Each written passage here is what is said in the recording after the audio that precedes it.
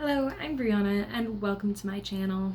Today, I'm going to talk about something super exciting. I have finished my third draft of my novel, so it's going to be going out to beta readers. I have a couple people lined up. I'm still looking for some more people. Gosh, I'm so excited. I'm really happy to have other people read it and other people to enjoy the story or just read it in general. I'm hoping people will enjoy it. I've got only 2 people so far who are going to be beta reading for me. It makes me really happy to finally not have, I've had edits for this hovering over my head for literally since January. The small amount of time that it has taken me to write this book is insane to me. This story has taken about a year and a half to create. Recap. The first ideas for Little Folk manifested in February, specifically February 19th apparently, when I wrote 8 pages of this story. Then I picked it back up on May 14th and I started writing and did not stop until October 31st, around there, and I finished the novel, my first novel. Oh my gosh. So it took me about 6 months to finish it. Then I set it aside for a couple months, and picked it up again in January.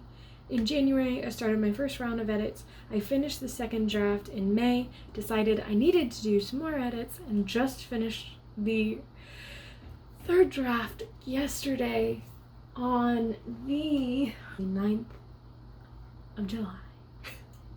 And now it's going to beta readers, which is insane. It's such a relief not to have editing over my shoulders, because I've literally about a year I've had this story like hovering in my brain. And now it's still there, obviously, but I can set it aside for a couple months while it goes to beta readers, and then like literal people are actually going to be reading my story. And I know one of them is my sister, but actually this is the first time. Holy crap. Oh my gosh. Literally tearing up right now. This is the first time anybody has given something significant to people that is my writing to read, and I am so happy. So my sister's gonna read it. I have someone, Maggie Steelatter, Google thread for critique partners. I met up with her through that, and I sent that off to her. Hopefully she's still willing to read it. I told her that I was gonna send it to her months ago, and I was like, well, I actually want to do some more edits, and she was like, yeah, no, sure, send it to me anytime. So I really hope that she's still okay with me sending it to her. I have a couple other people in mind that I would like to read this story. They're people that I know. I probably should have some high schoolers read the story, in truth. I don't want to give it to any of my students because I feel like there's a bit of a power dynamic there.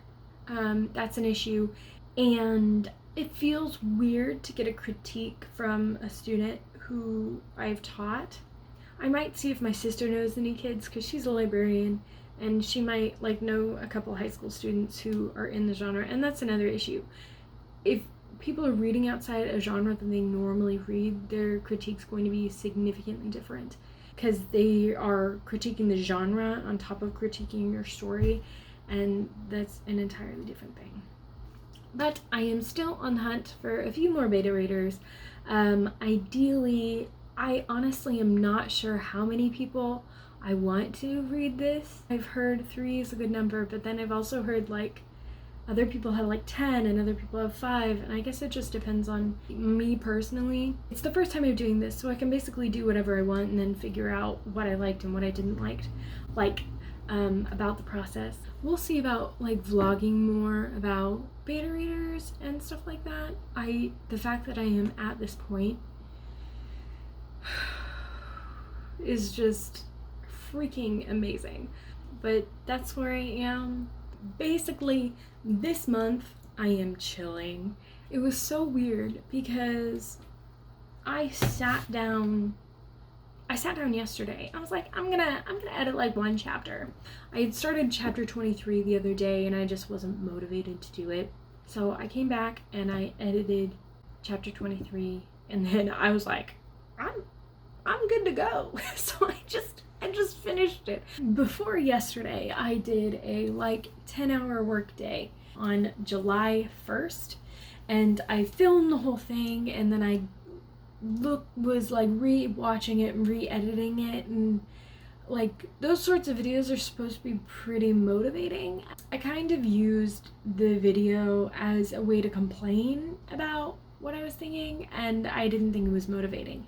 I decided I'm not gonna post that. In that 10-hour workday, I have been editing by printing out the chapter, editing by hand, and then typing up the edits. I did that on that 10-hour workday, and I was exhausted. I ended up editing 5 chapters, which is pretty good, but by adding in the typing aspect, so the printing, handwriting, and the typing part of it, it adds an entire hour to something that could take an hour in and of itself. I realized at the end of that day that I was being kind of silly, that it was unreasonable for me to continue doing that. So I decided that I was going to switch over, and I did the last chapter that day just by typing it on the computer. So yesterday I sat down and that's what I did. I just typed it on the computer, and I probably spent a good 4 hours, maybe more, editing it, but it was way less of a brain drain than the 10-hour workday that I did. And I did the same amount of, no, I did more work. Lesson learned, I am later on not going to print it out. So when I do edits again, I'm probably not going to print it out and handwrite it. So the first round of edits, I'm totally okay with handwriting because there's things that I physically have to shift around when the first round.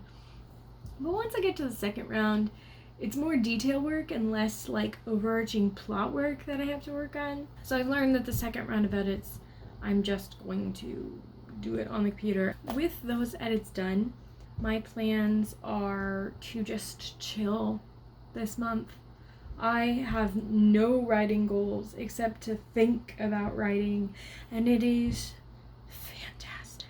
I am so happy that this month I don't have any edits hovering over my head. I can just do whatever I want, and it's fantastic. This month I've got a couple ideas that I'm thinking of. If you saw, I am setting aside Midwest Gothic because it just needs some rework, and I need my brain to be stepped away from it. I think I rushed into it a little quickly. So I'm planning out Sweeping Fantasy. I have the second book of Little Folk on my mind, so I am thinking about that.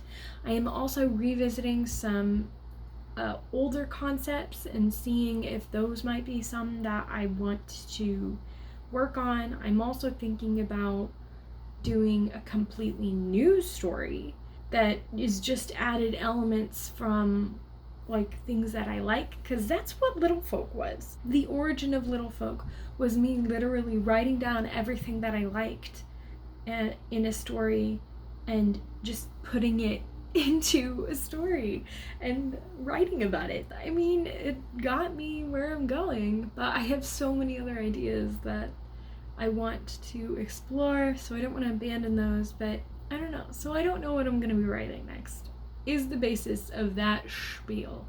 I don't know what's happening next, but the fact that I got this story to beta readers is just freaking-tastic.